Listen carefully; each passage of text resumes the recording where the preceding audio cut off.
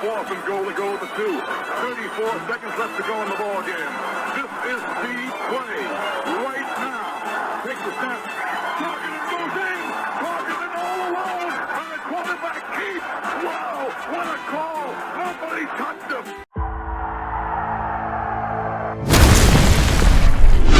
Here is Jeff, the host of the Gridiron.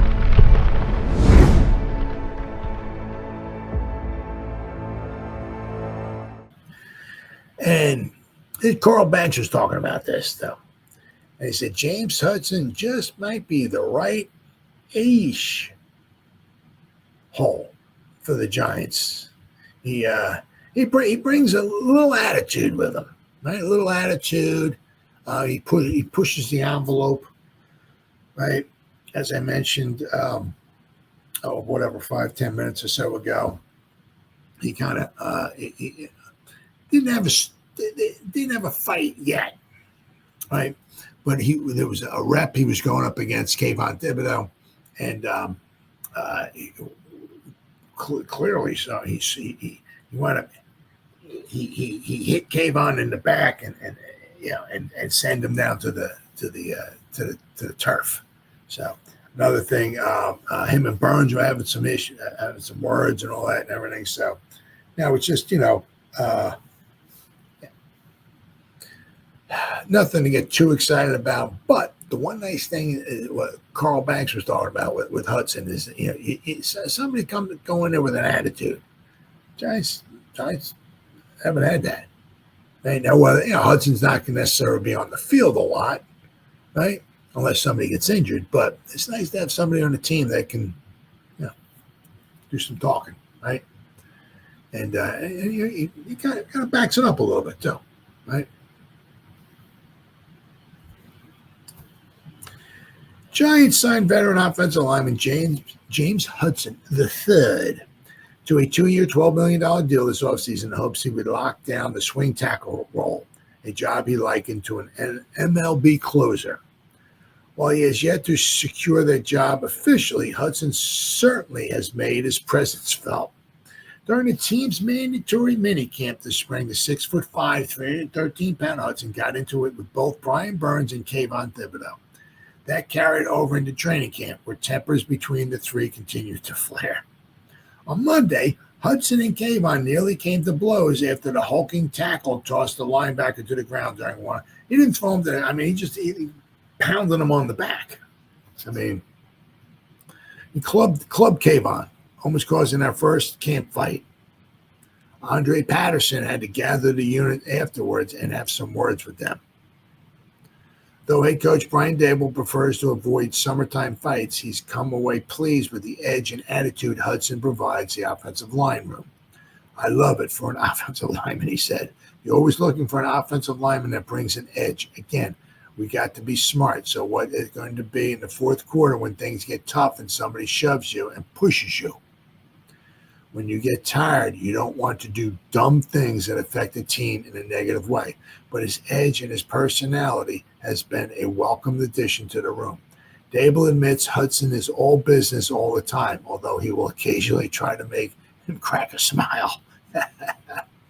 He's a very athletic guy, was able to play both sides of the ball, and he had a good play style. But now you get to know him at a different level.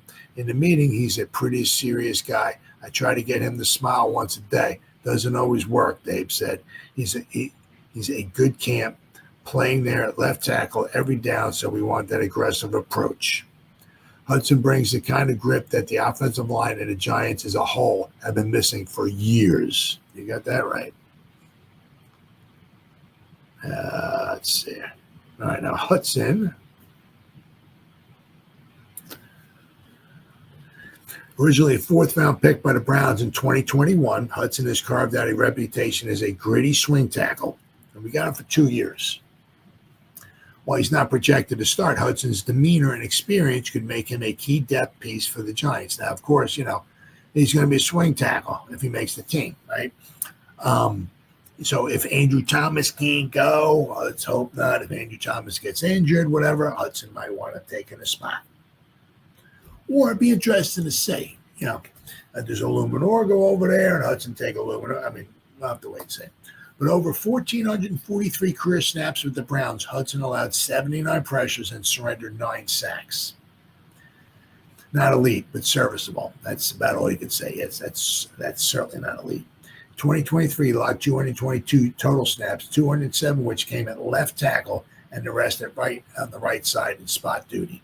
The versatility matters, especially for a Giants team still figuring out the right mix behind their presumed starters. He allowed 15 pressures last year, a number that reflects his need for growth, but also his regular exposure to top edge rushers.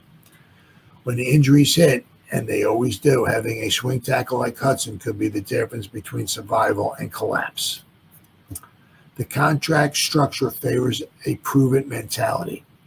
Giants gave Hudson a 2-year, $12 million deal, including $6 million fully guaranteed and an out after just 1 season.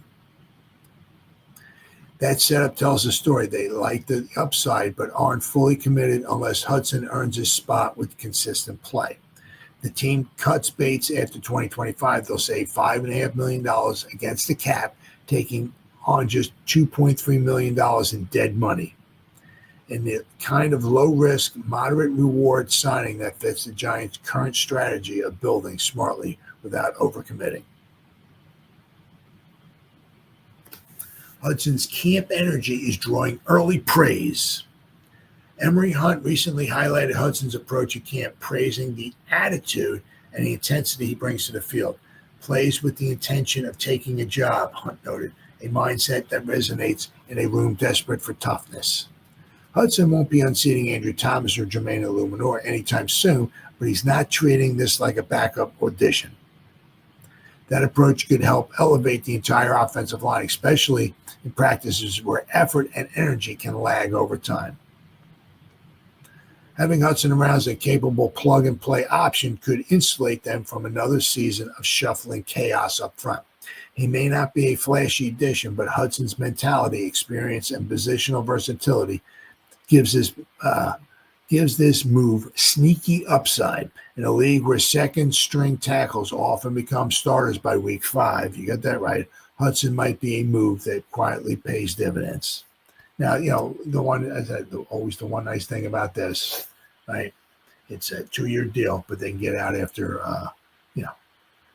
1 and save themselves some money. And not only that, they have a little bit of dead cap money, but they can get out, after 1. So it'll be interesting to see. I mean, with that offensive line, do they keep 9 or do they keep 10? Ooh, offensive line, 10's a lot. That's a lot. But, I mean, they brought in Hudson. Do they want to give up on a Zudu? I know they're high on Jake Kubas. GVR is not going anywhere. You got Illuminor.